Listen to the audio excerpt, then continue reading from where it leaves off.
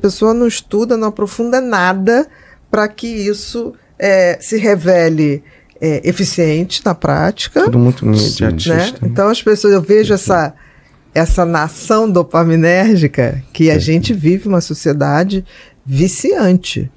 Né? Se a pessoa não tiver um conhecimento básico do que é a dopamina, o que é vício, o que o vício controla nossas vidas, entra muito fácil. É brutal. Não precisa pensar.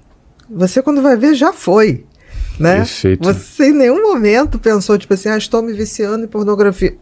Nada. Você estava ali, estimulado. Como se fosse uma coisa normal. Perfeito. Não, e estava bom. Ai, tá legal. Ai, que bom, tá legal. Ai, que bom. Você já tinha horinha, né, de fazer. Né? Porque aí o cérebro vai ficando, né? É uma automedicação, né? Engraçado. Muitos homens se automedicam para dormir. Eles usam a masturbação para se automedicar. E tem toda outra questão. Mas até a masturbação, o Huberman, aquele doutor de Stanford, neurocientista, ele já falou sobre esse excesso de masturbação também, com ou sem pornografia.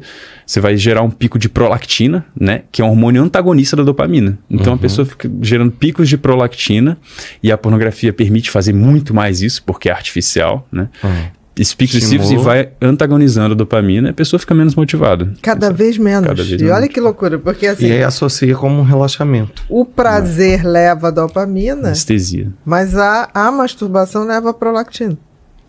Então duas coisas antagônicas que você faz ao mesmo tempo e vai querer que o cérebro saia disso normal. Porque você dizer, faz? Não, não faz. Faz? Não, não faz. Você dá dois comandos ao mesmo tempo. É quase esquizofrênico, né? É sim e não. Perfeito. Sim e não.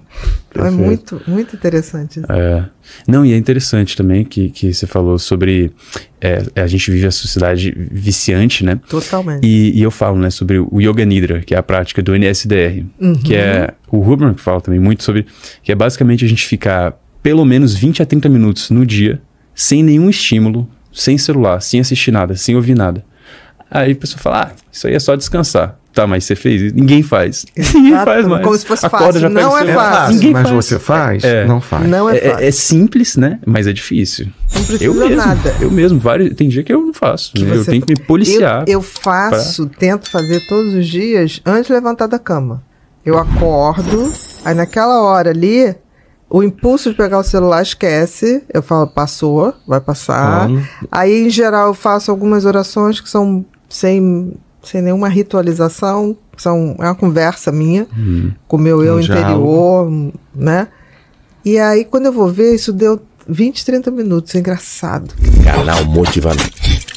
Inscreva-se, curta e compartilhe.